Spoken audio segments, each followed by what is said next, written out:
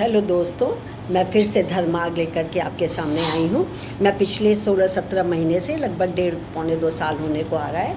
मैं धर्मार्ग नामक शीर्षक के अंतर्गत आध्यात्मिक और धार्मिक विचारों से संबंधित कुछ प्रसंग लेकर के या छोटे छोटे जो कहानी किस्से के रूप में होते, लेकिन मोटिवेशनल के साथ साथ क्या है, ये हमको नई और अच्छी दिशा की तरफ जाने के लिए प्रेरित करते हैं।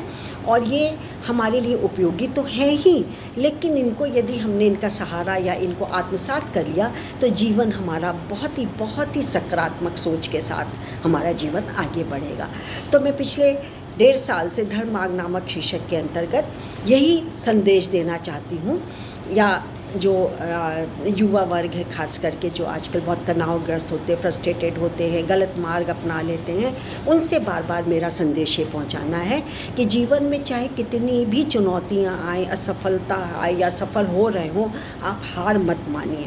आप आगे आगे आगे बढ़ते रहिए, अपने विश्वास से, अपने आत्मबल से आप ऊंचाइयों को छूइए। तो बस मैं पहले अपना परिचय देती हूँ, फिर आपको बताती हूँ क्या है। मैं डॉक्टर मंजू जैन, मेरा आपको नमस्कार है। मैं retired associate professor from SN saint degree college Kanpur. तो शुरू करते हैं। और आज का शीर्षक मैंने लिया है आत्मबल की पहचान, और इसको हम तक लाए हैं डॉक्टर हरिप्रसाद दुबे जी। दुबे जी, आपका बहुत बहुत धन्यवाद और नमस्कार कि मैं आपकी बात जन जन तक पहुँचाती हूँ। तो श्रोताओं, आत्मबल है क्या? आत्मबल आता कहाँ से? जी हाँ, कोई पैदा होते हैं कोई बली शक्तिशाली ऐसा नहीं होता है।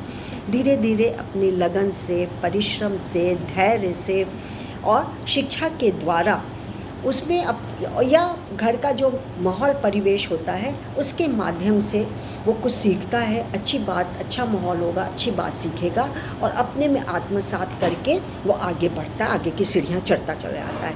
यदि श्रोताओं, मेरा आपने जीना इसी का नाम है, डॉक्टर मंजू जैन के नाम से वीडियो आप खंगालेंगे, तो मैंने उसमें ऐसे ही किरदारों को लिया है जो कि अभावग्रस्त थे, बहुत ज़्यादा तकलीफ़ में थे, परेशान थे, गलत रास्ते पे चल गए थे अपनी एडोलेसेंस में, अपने चाइल्डहुड में, लेकिन अपने इसी आत्मबल जुनून की वजह से वो आकाश की ऊंचाइयों तक पहुँचे और कितने कितने सम्मान से नवाजे गए वो, और आज लाखों करोड़ों लोगों के वो प्रेरणा स्रोत बने हुए हैं।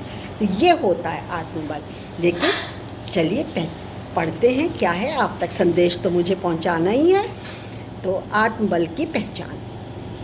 आत्मबल मानव जीवन में उन्नति का मूल कारण होता है। इसके द्वारा दुर्लभ से दुर्लभ लक्ष्य सहजता से प्राप्त हो जाते हैं, सहजता से हमको मिल जाते हैं। चुनौती भरे जीवन को जीने के लिए आत्मविश्वास की संकल्प शक्ति चट्टान की तरह सुदृढ़ बनाती है। किसी भी परिस्थिति में हार न मानना जीवन को मूल्यवान बनाता है। मैंने अभी क्या कहा था कि सफलता आने पर आप रुकिए मत, बढ़ते चलिए, मिलेगी, क्यों नहीं मिलेगी। संघर्ष और परिश्रम से ही ऊंचाई और सफलता मिलती है। आदर्श, मर्यादा एवं ईमानदारी पूर्वक संपूर्ण जीवन बिताना ही सुंदरता है और आत्मबल ही सच्ची पहचान है। भक्ति भाव युक्त मनुष्य के पास सोचने की ऊर्जा अधिक होती है। अच्छे कार्य के लिए चाह बढ़ते ही राह निकल आती है। चारों ओर की परिस्थितियों के प्रति प्रतिक्रिया ही मानव चरित्र है।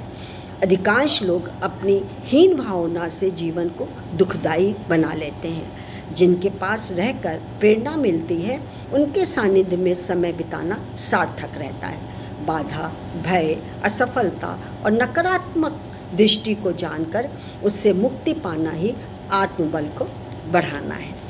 सत्य संकल्प आत्मविश्वास को शक्ति बढ़ाती है, उसमें शक्ति और उसमें ऊर्जा लाती है। उद्देश्य और लक्ष्य पहले निश्चित कर लेने का परिश्रम व्यर्थ नहीं जाता है। आलस्य, अज्ञान, अंधविश्वास से दूर रहकर नव सृजन में समय लगाना ही आत्मबल का मंत्र है, मूल मंत्र है। कर्मयोग सबसे बड़ा योग है।